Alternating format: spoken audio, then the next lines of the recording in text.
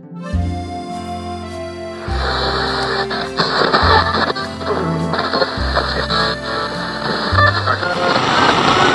finally, from Denmark, the royal court is in mourning following the death of Lady Polonius, the King's High Chamberlain. Lady Polonius was a long-serving advisor to the Crown and a well-known figure in Danish political life. Details surrounding her death have not been made public, but the palace has confirmed that an investigation is underway. Polonius leaves behind 2 daughters, Laertes, who is currently in France, and Ophelia, who remains at court. A period of mourning has been declared, with flags at Elsinore Castle lowered to half-mast. The King described Polonius as a wise and faithful servant whose counsel will be greatly missed. The funeral is expected to take place later this week.